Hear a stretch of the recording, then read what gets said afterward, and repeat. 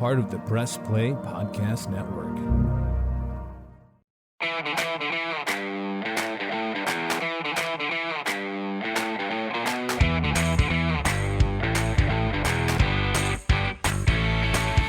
And welcome to another edition of the Red Guy and Rhoda podcast, brought to you by MGM Northfield Park, right here on the Press Play Podcast Network. Shout out to our esteemed producer, Dave Emmert, who makes sure everything sounds fantabulous for you in the podcastosphere. And Michael Regai, it's hard to believe, but as we tape this podcast, it's the final night of the NBA's regular season, and the Cleveland Cavaliers end up going 44-38. They aren't a guaranteed playoff team, but they are in the play-in tournament. And I got to be honest with you, Reg, I didn't think that was possible before the season began. So they have surpassed my expectations for this year. And I'm looking forward to their game Tuesday night against the Brooklyn Nets. Roadman, great for us to be together, as always, with our esteemed producer, as you said, Dave Emmert. And look, I mean, you and I felt the same way. I thought they were maybe a 32-33 win basketball team when the year began. So no question they've exceeded. Now, the last 10 to 12 games have not been pretty. I want to believe, had they had both Jared Allen and Evan Mobley for those, Kenny, that you're talking about at least a couple, 3-4 wins of those 12. And now possibly they could have avoided the play-in. All right, that wasn't reality. That didn't happen. And now the real season starts, Ken, for them. So, yeah, this is the first time we've gone through this play-in situation with the NBA. So it's a modification of things, but the Cavaliers are there. They've got an opportunity to play they will. They're going to get a home game after they play in Brooklyn on Tuesday night. I guess that'll be next Friday. Is that right? Well, here's how it works. If they beat Brooklyn, they are the seventh seed. You're right. In a 7-game series against the number 2 seed in the East, and that is Boston. Okay. Mm-hmm. And they would be assured of at least 2 home games in a best-of-7 series in that one. If they lose Tuesday night against the Nets, by the way, in Vegas are favored by 8 already. Should they lose Tuesday night, they would then host another play-in game Friday night against the winner of Atlanta and Charlotte, the other 2 teams, 9-10, that are doing what we're doing here, a play-in game. So they are guaranteed 2 games for sure, Reg, 1 away game against Brooklyn. And then should they lose that, a home game Friday the 15th against the winner of that Hawks-Hornets game. Yeah. Can Hard Edge Reg come out to you for a moment? I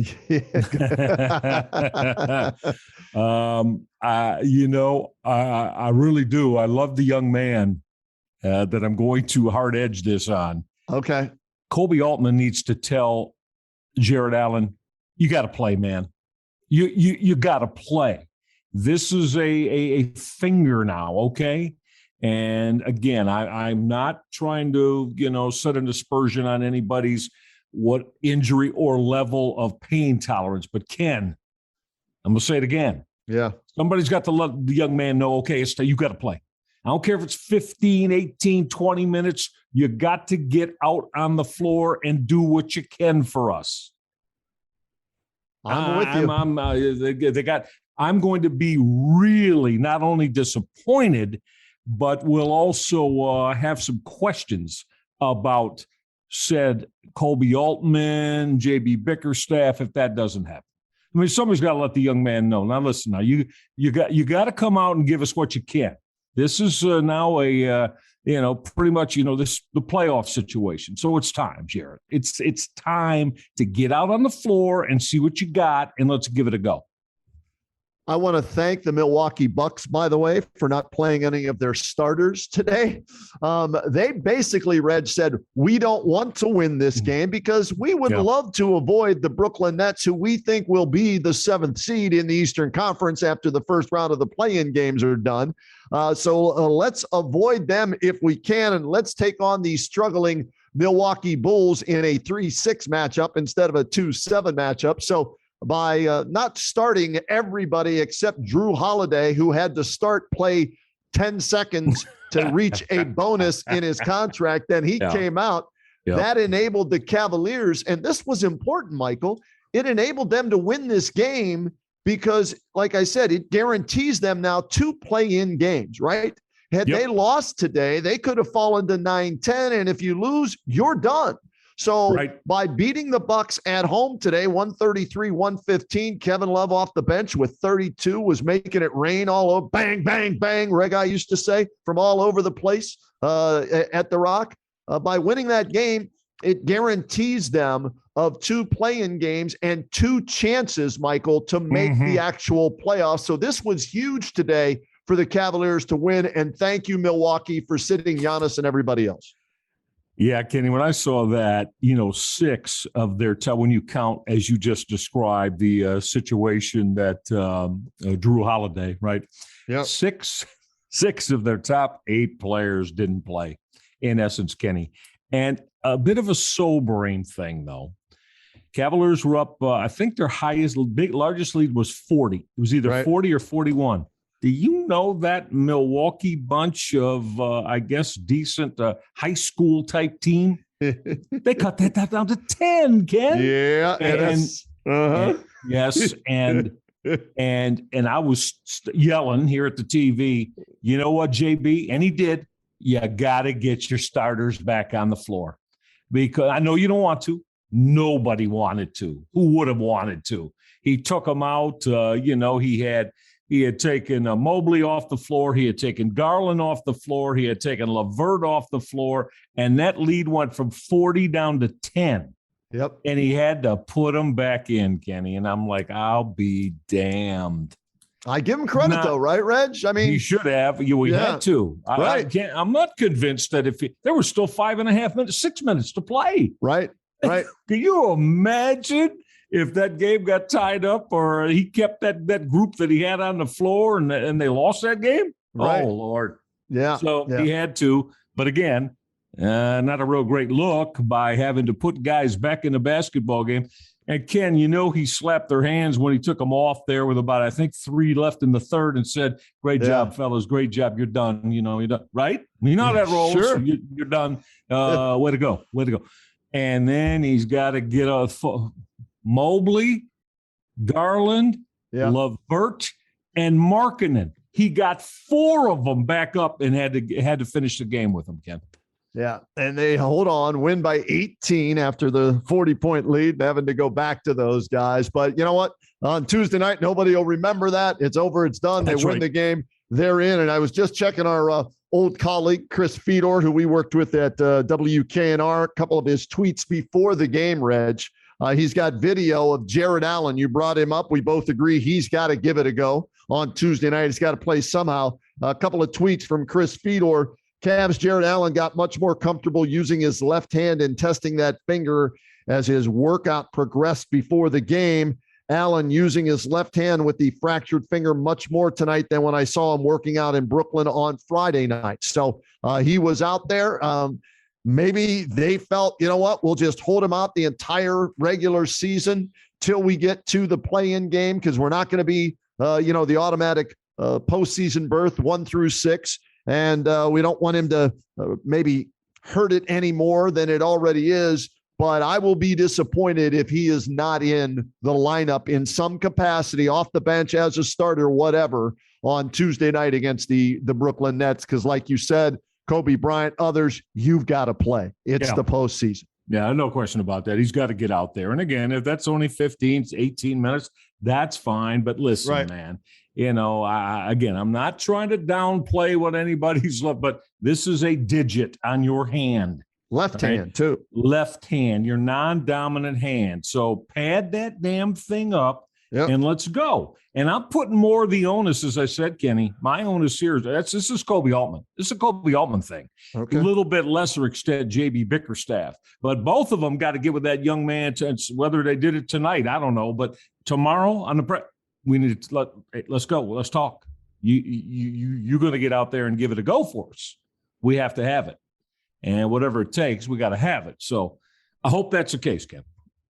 I do too, Reg, because this is the time. If they saved him up for this time, okay, and maybe he's been trying to work through it and get his pain tolerance up, build it up or whatever. This is the time that he has to go.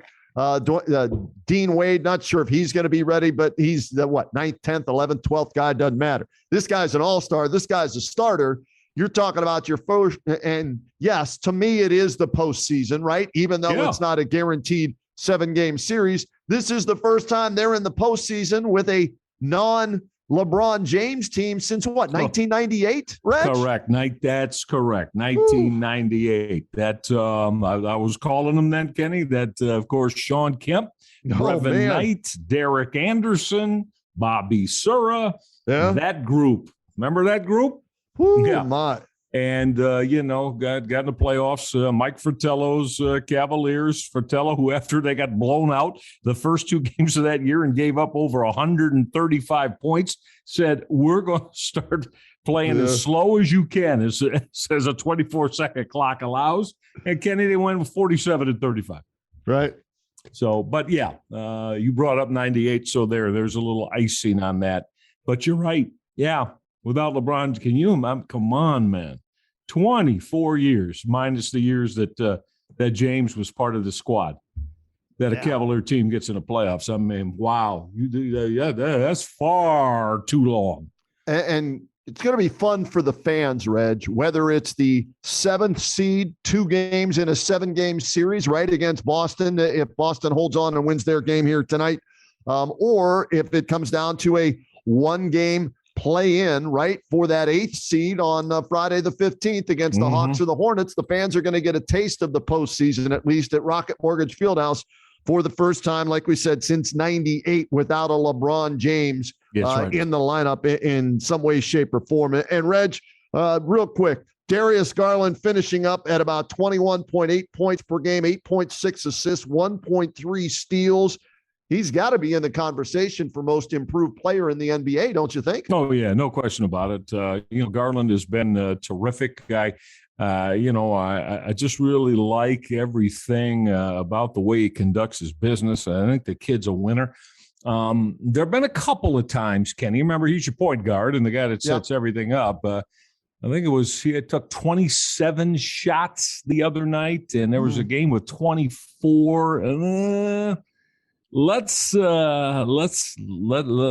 keep things in perspective here, Darius. I think that's too many, Kenny.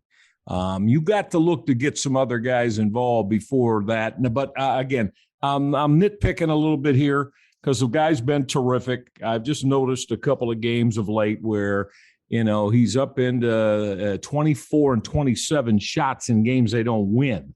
So we'll see. We'll see where that goes. I want him to be a little bit tighter with the basketball as well. At times he gets a little loose with it, and that's going to come with experience in the postseason. He's going to learn that real quick. If he's loose with it, they're going to be going the other way.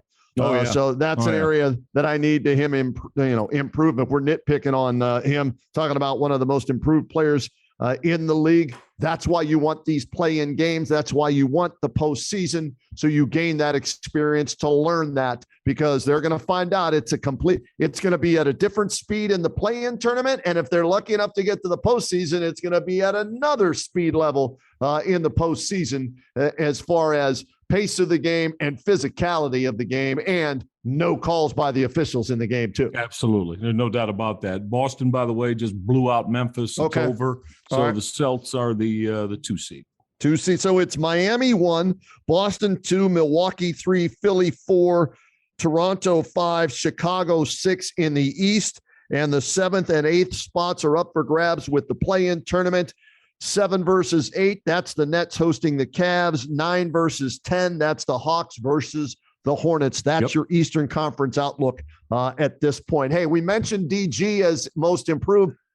Did Evan Mobley do enough in these final 2 games to remind the voters about what he did for most of the season to be the Rookie of the Year in the NBA over Cade Cunningham in Detroit or Scotty Barnes in Toronto? I think so. I hope so. And I would go. And again, I know, every Every rook is they are in a situation where if they go to a poor team, and that Detroit Piston team right now is very good. But, to me, Kenny, Cunningham's been real good, yes. And so is Scotty Barnes on a playoff team, Toronto, right?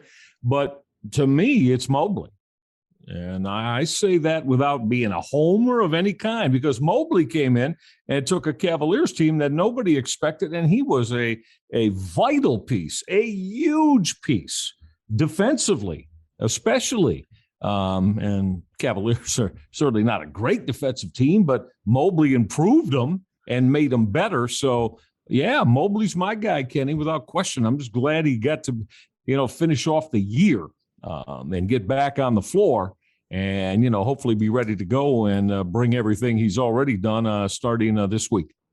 Cunningham, 17.3 points per game, 5.5 rebounds, 5.5 assists. Mobley, 15 points per game, 8.3 rebounds, 2.5 assists, 1.6 blocks. But he shot 50.6% from the field, much better than anybody else in the rookie class. Scotty Barnes, solid as well, 15.4 points, 7.5 rebounds, 3.5 assists, 49% from the field. So it's those three right there, Reg. I'm with you. I think Mobley's impact defensively will put him over the edge as far as voting goes, because he's ranked not amongst rookies, Reg. He's ranked amongst everybody in the NBA defensively in altering shots, and I believe he's in the top 10 in block shots in the entire league. That's not right. Rookie stats. So I think that's going to be enough, along with the Cavaliers' 44-38 record and getting into the play-in tournament, to get him Rookie of the Year. We'll see how the voting goes a little bit later on as the postseason rolls along. All right, we got to get a break in, then we're going to come back and roll along some more. Reg, let's get into the entire NBA playoff picture, along with MVP votes. Okay. Curious to see who you have as the most valuable player this year. We'll talk about the East, the West, LeBron and the Lakers. Who would have thunk before this season started, Michael Regai, that LeBron and the Lakers would not be in the postseason, play-in, whatever, and the Cavaliers would this year, right?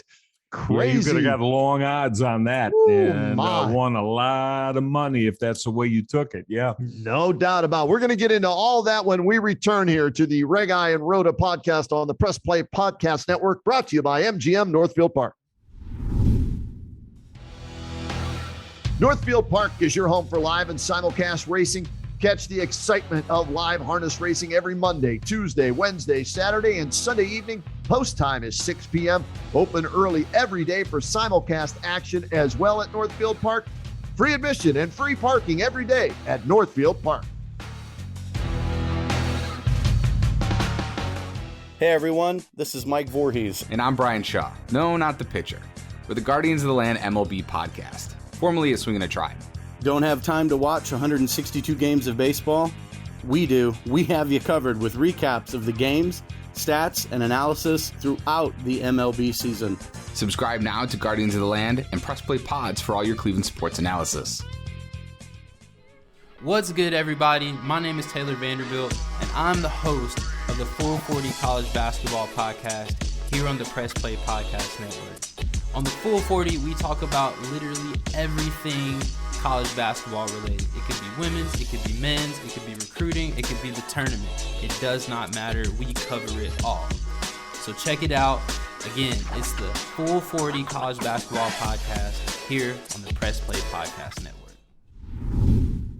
And we continue with the R&R podcast here on the Press Play Podcast Network, brought to you by MGM Northfield Park. Happy to have them back on board with us as the title sponsor of the Regai and Rhoda podcast.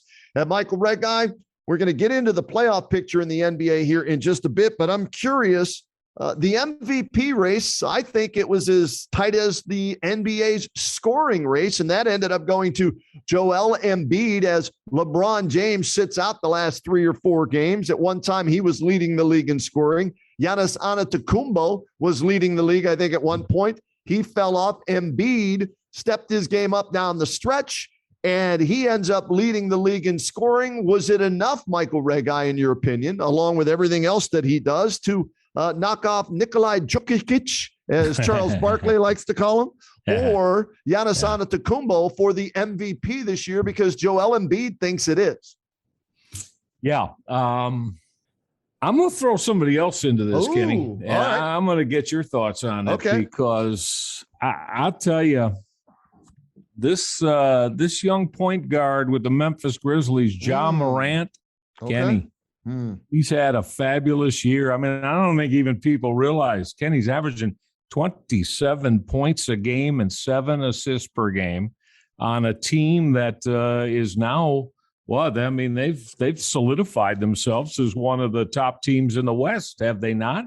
Sure. I mean, even over and above their 2 seed. So I got to have Ja Morant in the picture. I think he's been that good. Of the others that you said, you know, I love the big fella in Dallas's game too, Ken.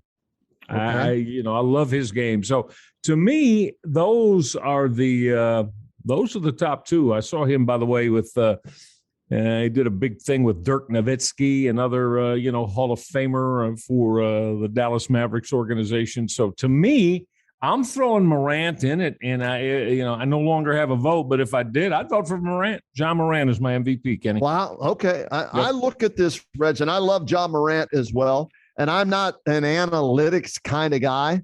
Okay, but that matters in this. And Nikolai Jokic from Denver, when you look at his analytics, they're off the charts. Efficiency, player efficiency, wins per whatever, possession, all that other crap they factor in there with all those Harvard people in the front offices these days.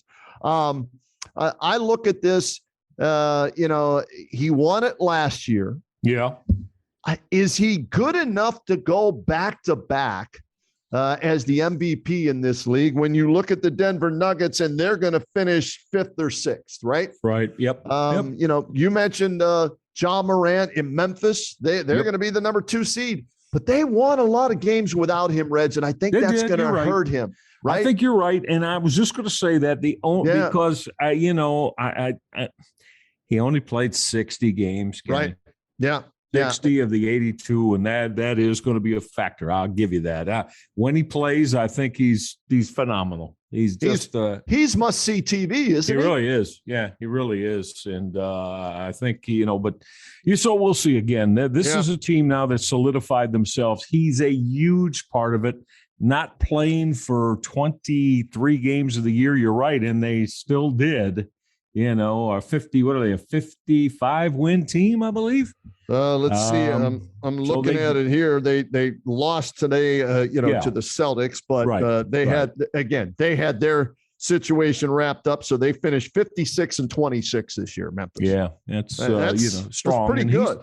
He's the leader of that. Make no mistake, no question about it. And I think he's spectacular. And again, too, I think when you look at it from the marketing perspective, Kenny, he plays with a certain style and swagger, and he's everything that I think new image NBA wants to project with that type of player. Did he play enough games? Well, we're going to find out. But I would vote for him if I had a vote. He'd be my guy. Yeah. Now, Luka Doncic is another guy that's must-see TV in Dallas. 28.5 points per game, 9.1 rebounds, 8.7 assists. All right, this guy almost averaged a triple-double, and he wasn't having teammates allow him to get rebounds like Russell Westbrook's teammates used to do for him to make sure he could get the triple-double. So he's going to win it one day. Morant's going to win it one day, I think. Both those point guards are going to be MVPs one day in this league. But this year, if I got to go with Joel Embiid, and here's why, Reg, and maybe this is, wrong, but I always used to do this with guys in the NFL draft. When somebody that wasn't a blue blood, a Power 5 football team, if they had a guy that played against Ohio State and did damage to Ohio State, I'd be like, I got to remember that guy. I got to write Allen Robinson's name down for the big games at Penn State, right? That he had against the Buckeyes. Khalil Mack, the game he had when he was playing for Buffalo. That's right. In Columbus. J.J. Watt at Wisconsin. He took more handoffs, I think, in the backfield that year than whoever the Buckeyes running backs were, right? So for me, in looking at this, I tend to fall back on what I've seen personally, and I watched Joel Embiid just kill the Cavaliers this year, okay? Single-handedly win games for them. And I also saw him do that against other teams as well. And I don't know how far they're going to go on the playoffs with this whole James Harden experience after the trading deadline. But Joel Embiid gets my vote slightly ahead of Jokic and Giannis Antetokounmpo this year. Okay. So I've got them at 1, 2, and 3 with Embiid, the Joker, and Giannis 1, 2, and 3. And then your guy, John Morant, would be number 4 on my list. I've never had an MVP vote. I don't know how many do you turn in? What was the way they did that, Reg, when 3. You voted? No, 3. You Okay. always, you turn in your top 3. Yeah. All right. Yeah. So and I'm with you on. I would go Embiid. Okay. He's terrific, man. Yeah. I think he just is almost, for a guy that's 7 feet tall. The things he does out in the perimeter too with the basketball, Kenny, are just amazing. Yeah. And to be able to knock down the triple like that, and his money at the free throw line, which you need in the playoffs because points are at a premium, hard to come by. So when you get the freebies, you got to cash in. So it's going to be interesting to see how those MVP candidates in Giannis, Embiid, Joker, Ja Morant transform themselves into MVP playoff type players. And we'll see who ends up in the finals and is hoisting both those trophies when it's all said and done. All right, let's get to the playoffs, Michael Rega. Let's start out west, and then we'll come back to the east. Right now, we know Phoenix and Memphis are 1 and 2 in the west because as we're taping this, there are still games out west to be played on this Sunday night. Golden State has a game lead over Dallas in 3-4, okay? I don't know who has the tiebreaker. Let's just say Golden State ends 3. Steph's supposed to be coming back for the playoffs for the Warriors. Dallas ends up 4. Then you got Utah, Denver, and then the play-in games 7 and 8. And, for me, I don't see any of the play-in teams in the West like the Nets in the East that could do damage. So give me your thoughts on the Western Conference. Is Phoenix as good as the best record in the NBA, indicates? Yeah, well, listen, I mean, they're, as you said, I mean, I think so. I think this is the most complete basketball team of any in the NBA. I think they won the West. I might turn out to be by 10 games this year, or very close to it. Right. I do think I'm going to go Phoenix to come out of the West, but I do think that if it, I got Dallas is a team that it would not surprise me just because of again the big fella. Does he have enough around him? Yeah, we'd find out. But Kenny, I'll go. It's going to be chalk, but I'm going to go Phoenix over Memphis in the Western Conference Final. I think it's going to be Phoenix and Golden State. I think the Warriors are getting everybody healthy because Draymond was out for how long, right? They didn't have, drawing a blank. Klay Thompson. I was drawing a blank. Thompson missed probably 25 games. Yeah, so he was out for a long period of time, and they've never really had them all back together yet to play. And I think they feel they're going to get them back together for the postseason. So that championship DNA, Michael, in my opinion, that counts. That matters something. And while I'll be rooting against them because I can't stand Draymond, he's that guy that if he's on your team, you love him. If he's not on your team, you hate his guts, right? Yeah, I know. Can't stand Draymond. And Steph, a lot of people feel that way about Steph Curry chewing on his mouth guard and everything like that. But man, they can shoot it. Their money at the line again. I go back to that and the experience. And I love Steve Kerr as a head coach. He started all this small ball stuff when they were down 2-1 in 2015 to the Cavaliers and pulled Andrew Bogut and went small ball with Iguodala, and it changed the NBA. So I look for Golden State and Phoenix to play in the Western Conference Finals if that's possible. I'll have to look at the brackets when it's all said and done.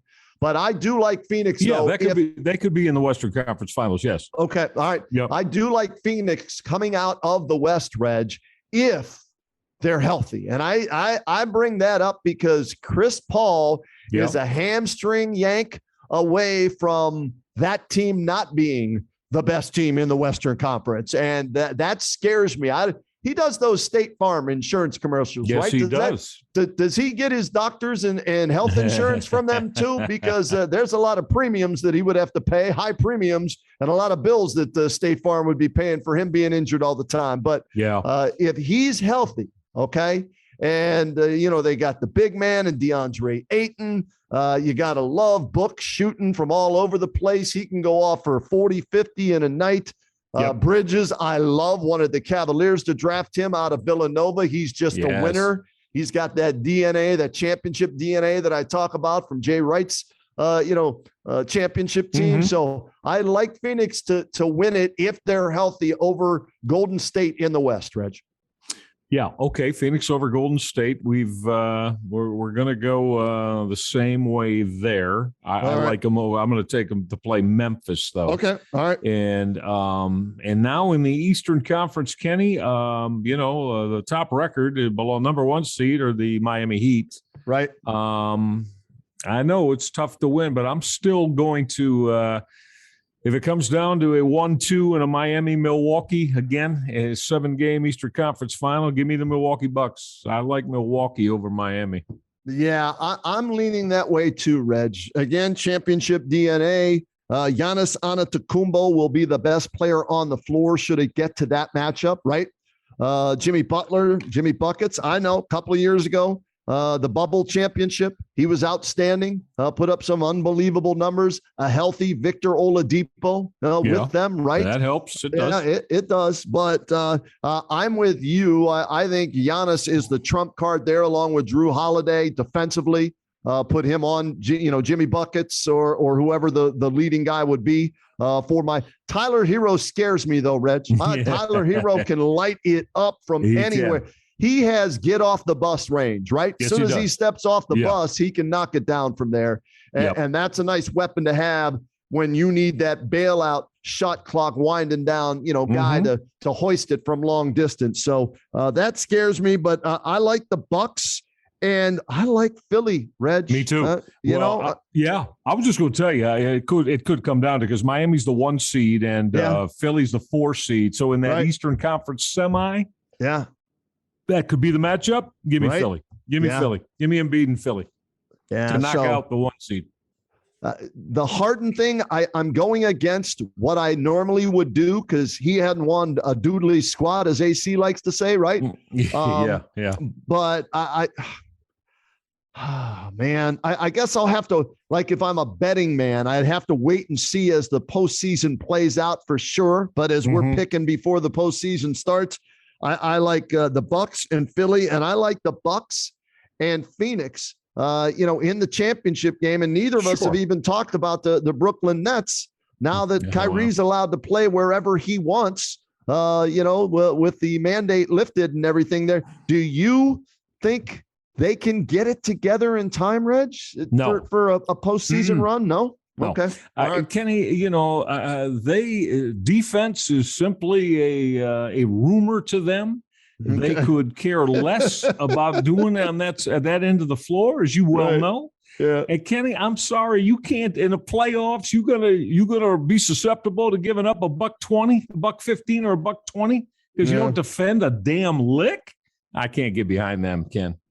And I know because, Durant could go get 45 and Irving could get 40 and they'll win 130, 127 if they have to.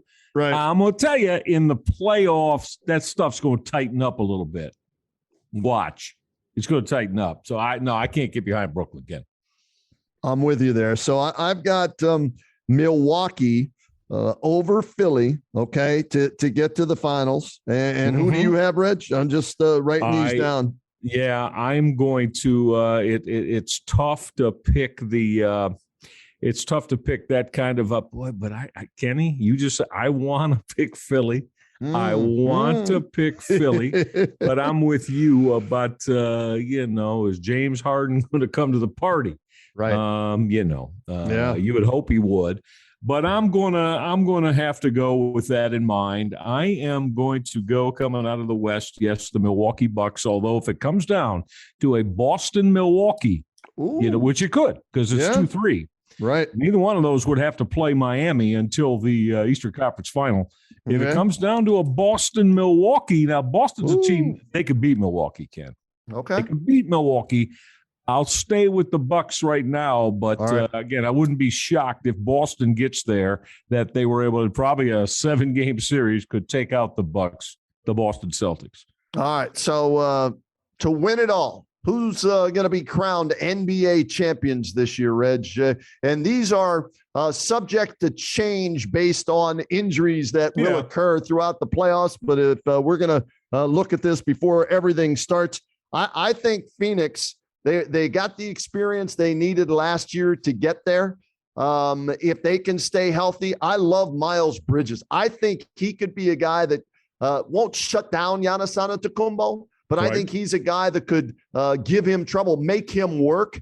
And I just think Devin Booker and DeAndre Ayton and Bridges, and if Chris Paul can stay healthy, and that's the biggest if in all of this for me, well, I'm going to take the Phoenix Suns to be NBA champs this year. Sure, and I can certainly understand why, and just so we can have a little difference going on. And I know it's damn difficult to go back-to-back. Winning them. I'm going to go with the Milwaukee Bucks. I just love the way they play. And so, to me, Milwaukee-Phoenix final, and I think Milwaukee will get them again. All right, fair enough. Now, before we get away from the NBA, your thoughts on the Cavaliers. Do you think the Cavaliers will either A, beat the Nets and be the 7th seed in the Eastern Conference playoffs, or if they lose to the Nets, they host the Hawks or the Hornets? Do you think they win that second game and get a 7-game series as the 8th seed, or will they be 0-2 in the play-in tournament and it'll still be a very good season for them because of the experience they gained? Real quick, we got to get a break. Lose in Brooklyn on Tuesday night. Beat either.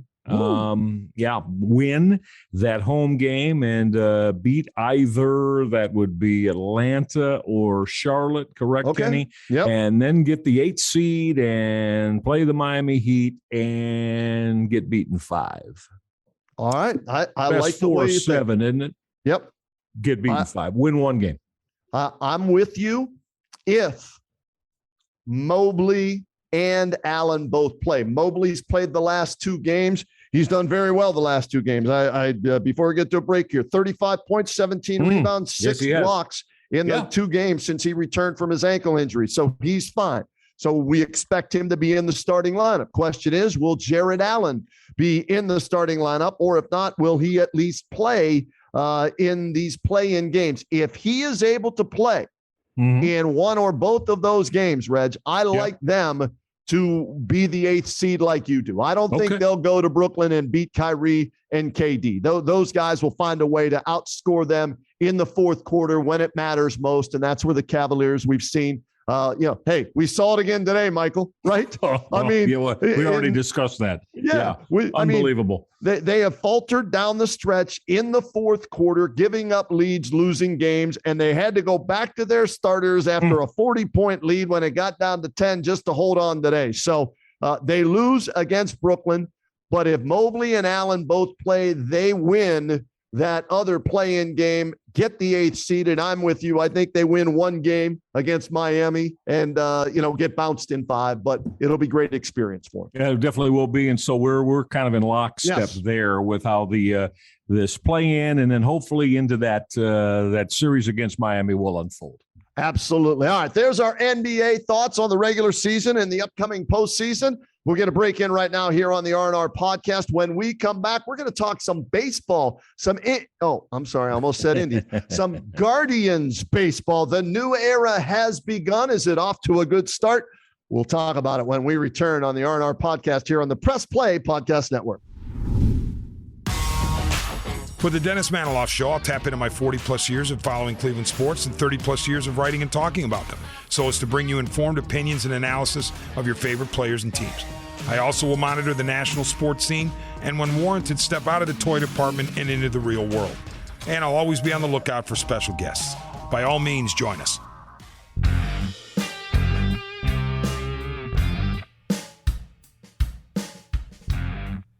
Hey, everybody. I'm Gary. And I'm Jason.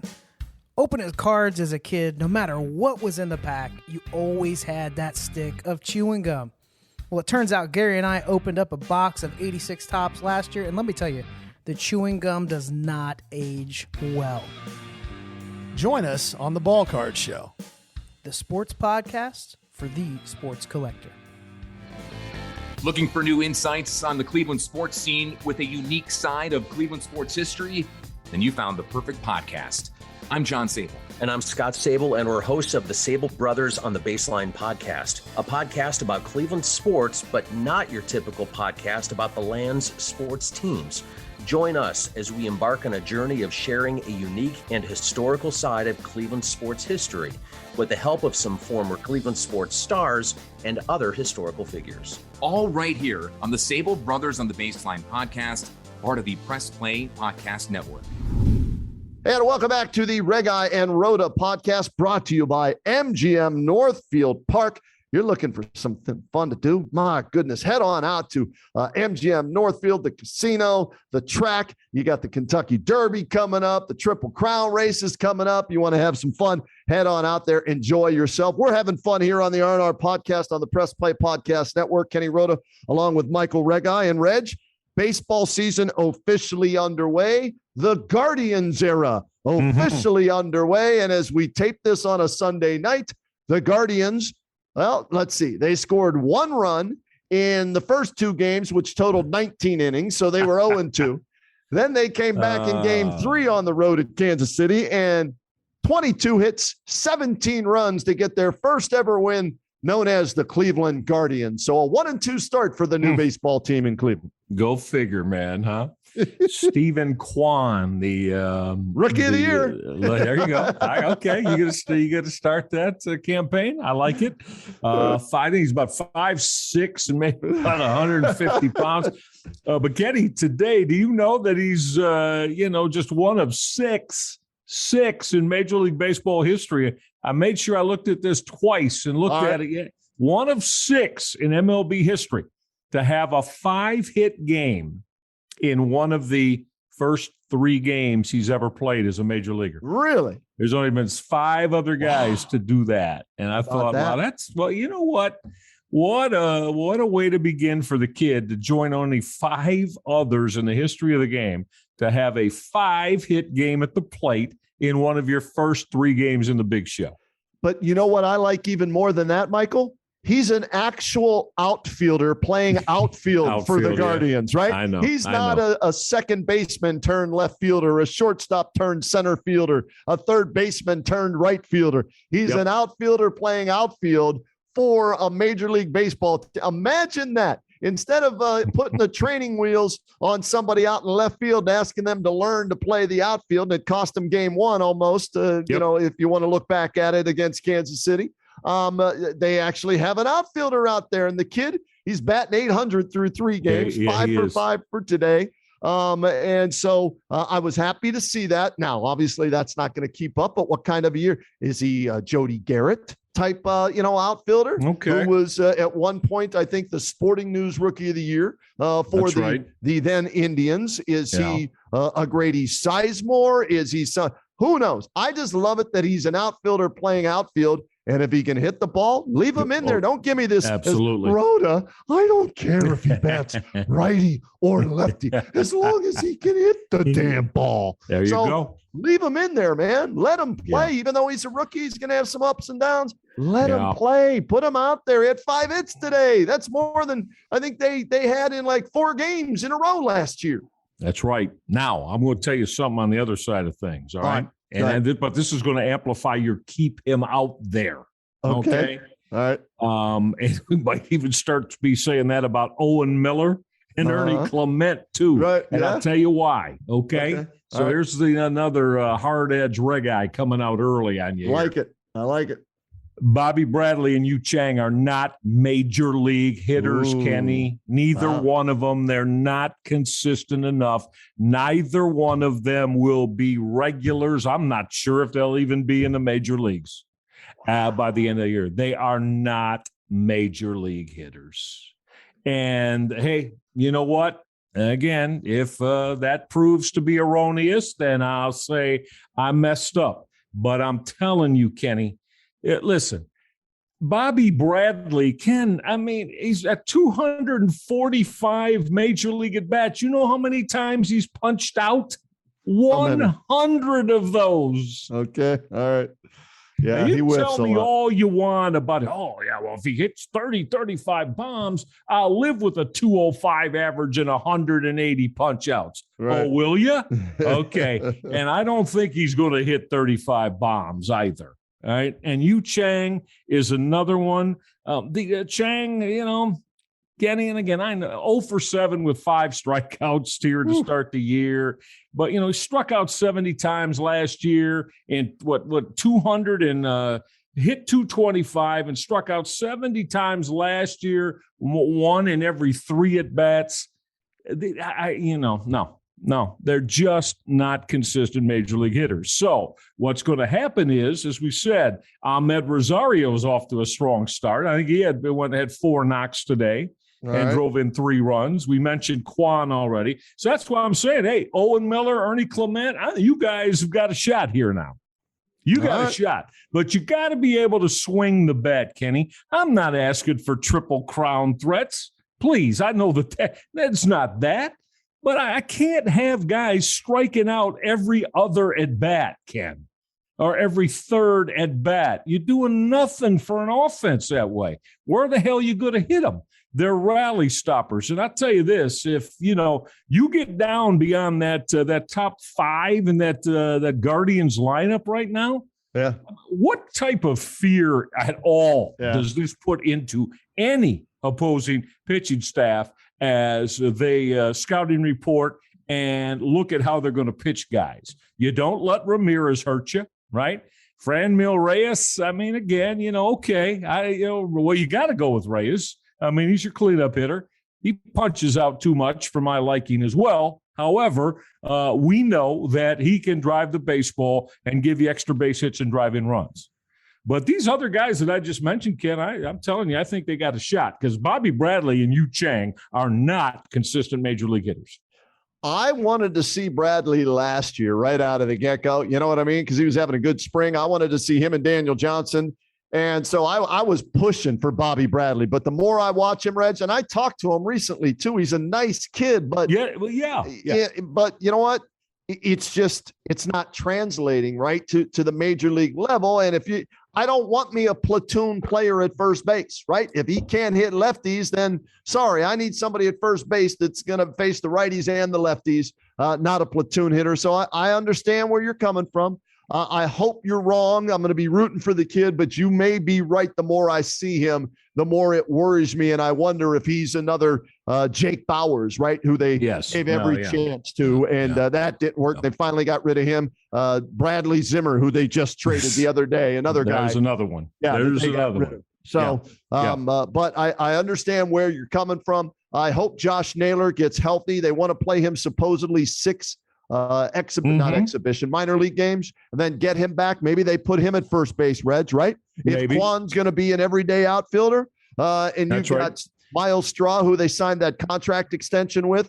Miles Straw can play. Okay. That was a hell of a good pickup from he was a 4th outfielder, in that Houston. Well, in Houston, of course, they win and they go to the playoffs every year. So he was a 4th outfielder there. But that was a real good pickup, again, by the Indians front office. I like Miles Straw a lot. And again, Ken, I hope as you said, you put it very well. You want these kids to be successful. You want to give them a shot. You don't want to just look at a couple hundred at bats and write their epitaph. But Kenny, I think I've been around the game enough, and I just don't see it with Bradley and Chang. All right. And, we'll see how that plays out. I do think there's a terrific opportunity, though, for a lot of these other kids we mentioned, because you've got to fill out that order with some of these guys. And as you said, I think, and another, you made a terrific point, too. You got to get production from your first baseman in the game today offensively, Ken. You have to. Again, I'm not saying he's got to be a Triple Crown candidate, but come on now, man. You got to have a guy, if you're going to play him 150 games out there, he's got to be able to hit 20 bombs anyway, drive in 75 for you and hit 270 or so. You can't have a guy that is just a major hole in your lineup playing first base every day. That just doesn't work. I'm rooting for him, and we'll see how it plays out and how many opportunities he gets. But if Naylor comes back, he's going to play right field or first base. Okay, so yes. And hopefully he can pick up where he left off before that horrific injury last year. That's right. Well, I have more belief in Naylor than I do in Bradley or Chang. That's fair. I agree with you on that. Absolutely. I got more belief. Get him in there. Hope the young man's healthy and let him get his 4 ABs every day. And I'll run with that before watching Bradley and Chang and their ineptitude. All right. Last thing on the Guardians, and we'll wrap up this edition of the R&R podcast. How shocked, surprised, stunned are you that the Guardians were able to get a contract extension done with Jose Ramirez, which when you add all the years and numbers together, Michael Regai, 7 years, $150 million, no trade clause, and he's here through 2028, I believe. How shocked are you by that? Surprised. Yeah. Very surprised. Again, great for this city of Cleveland. Fantastic. Great for the fan base. Great for, so you got your guy that everybody loves out there, and a productive guy, one of the top hitters in Major League Baseball. That's great. Now, Kenny, why am I shocked? From his standpoint, his agent, Ken, I'm not doing that. I'm not doing what he did. Not at 29 years old, I'm telling you, and that's just the way the game is today. Again, love it. It's great for the city. Fantastic. But you know what, Guardians, I hope you got lucky. You got lucky, because I'm here to take. Give me many more guys of him that would have signed that deal. But isn't it refreshing that somebody was willing to take less money and stay where he was comfortable? Yeah. And I was talking with Andre Nod, who does the on-field reporting for Bally Sports, Great Lakes, Bally Sports Cleveland. And he told me before the contract was signed, he said, Jose really wants to stay here. And I read the article from Zach Meisel, who said it was Jose who told his agent. He said, go get this done. Okay. They offered, the Guardians offered 4. The agent wanted 6. Jose said, meet in the middle, somehow, some way, get this thing done. Mm-hmm. And they got the 5-year extension along with the 2 years this year and next year that they threw into that. And it's a 7-year deal, averaging about almost $22 million a year. So is it a steal? Yes. But for Jose and Michael, maybe the less pressure, he feels he doesn't have to deal with what Lindor's dealing with in New York, right? That could be. What Tomey had to deal with when he took the money and stabbed Cleveland in the back and went to Philadelphia. Maybe this, like I said, it's refreshing to me that he was able to do this. And you're right. The Dolans, who are known to be cheap, are extremely lucky that he has agreed to this. But I'm wondering, Reg, if the reason they went ahead and did this, because that's still a lot of money for them, is because during those last few years of that contract, guess what? They may not be owning this team at that time, so he won't be their payroll problem at that point in time as he gets up there in age, and maybe they find another owner for this baseball team. So kudos to Chris Antonetti and the Dolans and Jose for getting that thing done. It at least gives Guardians fans some hope, for this team with Clase locked up, Straw locked up, and now Jose Ramirez locked up. Yeah, and I don't think you're going to have to worry about Jose Ramirez not performing here. And I'm with you. There is, and we may never know about it other than, what you just indicated. It might be Jose Ramirez, and saying, I don't want to play for the Yankees or Mets or LA Dodgers or, big market franchises where it's that money that you make rides on you every damn day. And when you don't produce, you are going to hear about it every damn day. Yeah, absolutely. And you know what, Michael, like Manny Ramirez, and this, Manny, he could talk to us if he wanted to. He was Manny being Manny, didn't have to because he was Manny. Well, bro, home run pitch. He'll talk a little, and everybody loves him, and he doesn't have to worry about that. And he's comfortable in his own skin in Cleveland, right? Wearing that uniform as the face of this team. And let's be honest, right? and I'm a Frankie guy.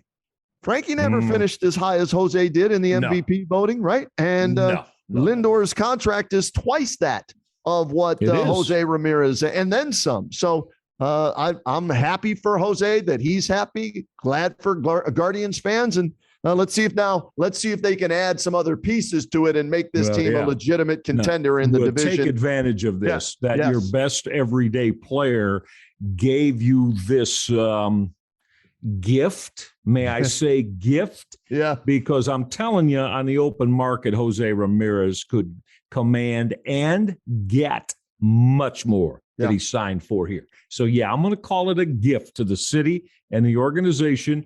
And, let's hope that the organization takes big advantage of it.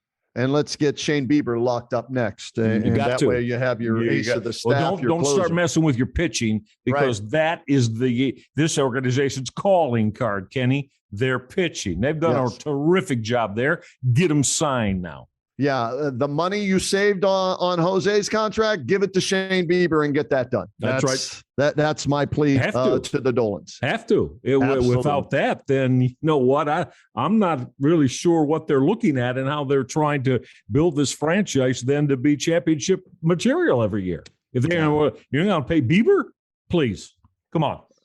Let's get that done next. Speaking of being done, we are done, Reg. That's going to conclude this edition of the Reg Eye and Rhoda podcast. We'll be back in a week or two as we get into the NBA playoffs. We'll catch up on the Browns and OTAs and see how Deshaun Watson does when he reportedly will be in town on the 18th for the OTAs with the Cleveland Browns. We got the NFL draft just around the corner. We got so much to cover, and we'll continue to do it here on the Press Play Podcast Network with the Reg Eye and Rhoda podcast. Reg, always a pleasure, my friend. Always great fun, Road man. Can't wait till we do it again. Yeah, go Guards, go Cavs, and we'll talk to you soon.